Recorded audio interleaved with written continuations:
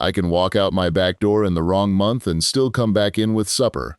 That's not luck. That's ground my family worked for 140 years, by people who knew things about dirt nobody ever wrote in a book. By the end of this, you'll know the poison they used to mix in the kitchen that could kill the gardener as fast as the bug. You'll know how to plant with no calendar at all. And you'll know why one jar of seed on my grandmother's shelf was worth more than the whole garden it came out of. Let's get into it. Reading the ground with your hand. Before a seed ever went in, my grandfather took up a fistful of dirt from a few inches down and closed his hand on it. If it packed into a wet, muddy ball, the ground was too cold and too wet, and he walked away. If it crumbled apart like a good biscuit, it was ready. Work wet ground too early and you don't get soil. You get brick that chokes the roots all summer. Planting by the dogwood, not the calendar. This isn't about signs and moons. It's about reading the plants themselves. When the dogwood's in full bloom, nights have quit dropping below 50, and it's safe to set out tomatoes. When an oak leaf gets to the size of a squirrel's ear, the ground's warm enough for corn. The tree's a living thermometer stuck in the same dirt your seed's going into, and it doesn't get fooled by one warm February the way a calendar date does. The three sisters. Corn, beans, and squash in one hill, older than any settler on this mountain. Corn goes in first. Once it's up a few inches, pole beans get planted at its base and climb the stalk instead of you cutting poles. Squash spreads underneath, shading out weeds and holding moisture. And the beans quietly pull nitrogen from the air and feed it back into the soil. The one thing corn is hungriest for. 3 crops holding each other up off one hill. No single row does that math. Cutting the seed potato. You don't plant a whole potato. You cut it, and every piece needs at least one eye, since that's where the sprout comes from. Cut them about the size of a hen's egg, then leave the pieces out a couple of days to let the cut side heal over. Plant a fresh, wet cut into cold ground, and it rots almost every time. Wood ash, with a light hand. Ashes from the cook stove went back on sour ground because they carry potassium and sweeten acid soil.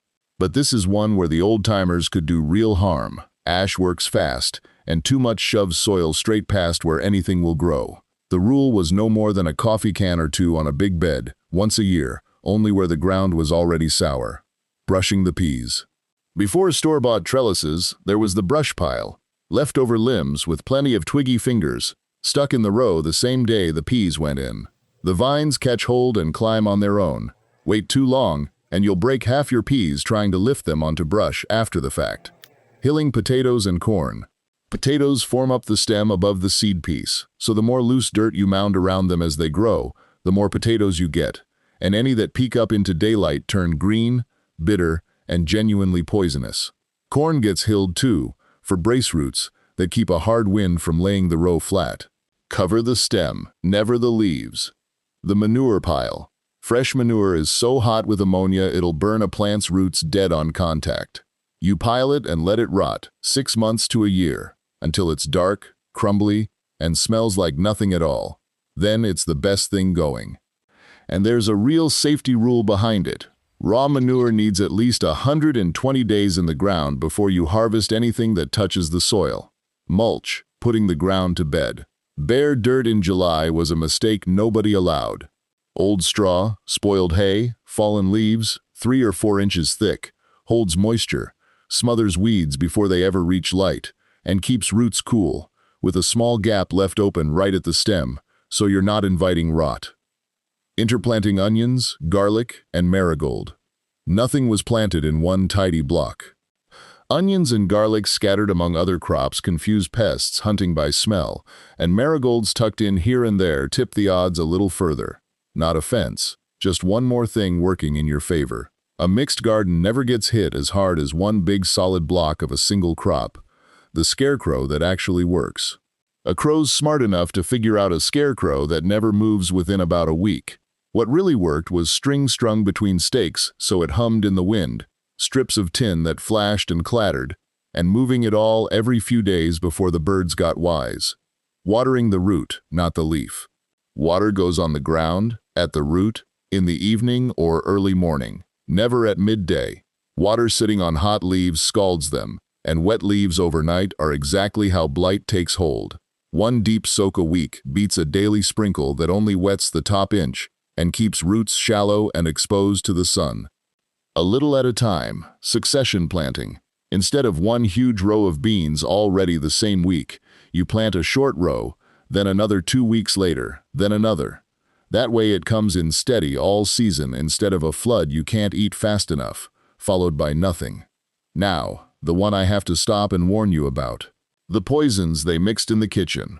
When bugs got bad, mountain families made their own sprays. The mildest was tobacco leaves soaked in water till it turned brown, and it worked because of the nicotine in it. A nerve poison that doesn't know the difference between a bug and the person spraying it. Worse still, from the 1860s on, folks dusted potatoes with Paris green, which was nearly half arsenic, and later lead arsenate, sprayed on orchards for 40 years. Neither breaks down. Some of that ground is still carrying it today. The modern word beats the old one here. Don't make tobacco spray. Don't go near old arsenic dust. Hand-pick the bugs, cover young plants with light cloth, or use a plain insecticidal soap. Cover crops, sowing a crop just to plow it under. Come fall, empty beds got sown thick in winter rye or crimson clover, so bare ground never washed away over winter. A few weeks before spring planting, the whole green mess got turned under to rot and feed the soil, and if it was clover, it added nitrogen too. Turn it under too late and too tall, though, and it ties up the ground so nothing sprouts for weeks. Never the same thing in the same spot. Crops moved around the garden every year, because the pests and disease that favor one plant are already waiting in that dirt, and every crop pulls its own particular nutrients from the soil. A 3 or 4 year rotation kept the same ground feeding a family for generations without a bag of anything from a store. Thinning, pulling the good to save the best. The hardest thing to make yourself do, and the most commonly skipped. Seedlings come up thick, and you have to pull most of the healthy ones out so the rest have room. A crowded row of carrots makes nothing but tops and thin little roots, because they're all fighting over the same water and the same bite of dirt. Pinching the tomato. Left alone, a tomato sprawls into a tangle and rots half its fruit in the dirt. Pinching out the little suckers where a branch meets the main stalk and tying the plant up to a stake sends the plant's strength into fruit instead of vines and keeps the leaves dry enough in moving air to fight off blight. Keeping the critters out. Hair from the barber, blood meal, bars of soap. Every folk cure worked for about a week before the animal figured out nothing was coming of it. The only thing that ever truly stopped a groundhog was a fence sunk a foot or more into the ground and bent outward at the bottom, because a groundhog's answer to any fence is to go underneath it. The hoe kept sharp and moving. This sounds too plain to matter, and it might be the most important thing on the whole list. Weeding happened every morning while the weeds were still just threads, before the heat came up. A weed killed as a thread costs you nothing, but a weed left standing a week is stealing water and feed your crop needed. It wasn't really the tool, it was showing up in that garden every single morning, whether it needed it or not. Reading the weeds. Before soil tests, the old people read the ground by what came up wild in it. Where sour little sheep sorrel took over, they knew the soil was acidic and worn thin, and they were right. Sorrel really does favor poor, sour ground. It wasn't hard science, and any one weed could fool you, but it was a real hint. Read the way you'd read the sky. And the one the whole garden was really about, the seed that learned your ground. Every fall, the old people saved seed, but never from just any plant, and never from a hybrid, because hybrid seed doesn't come back true the next year. They saved from their best, the plant that bore the most, stood the drought, never caught the blight. Every single year, off the survivors. Over generations, that seed slowly became something that belonged to one holler and nowhere else on earth. My grandmother kept hers in a jar on the shelf, and she'd have gone hungry before she touched the last of it.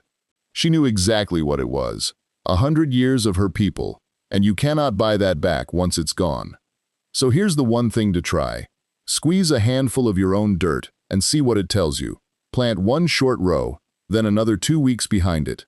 Or find one open-pollinated plant this year and save its seed for the next. A garden like that was never a hobby. It was a family feeding itself off knowledge that was never written down. A whole science of dirt and seed and season, closing down one grandmother at a time.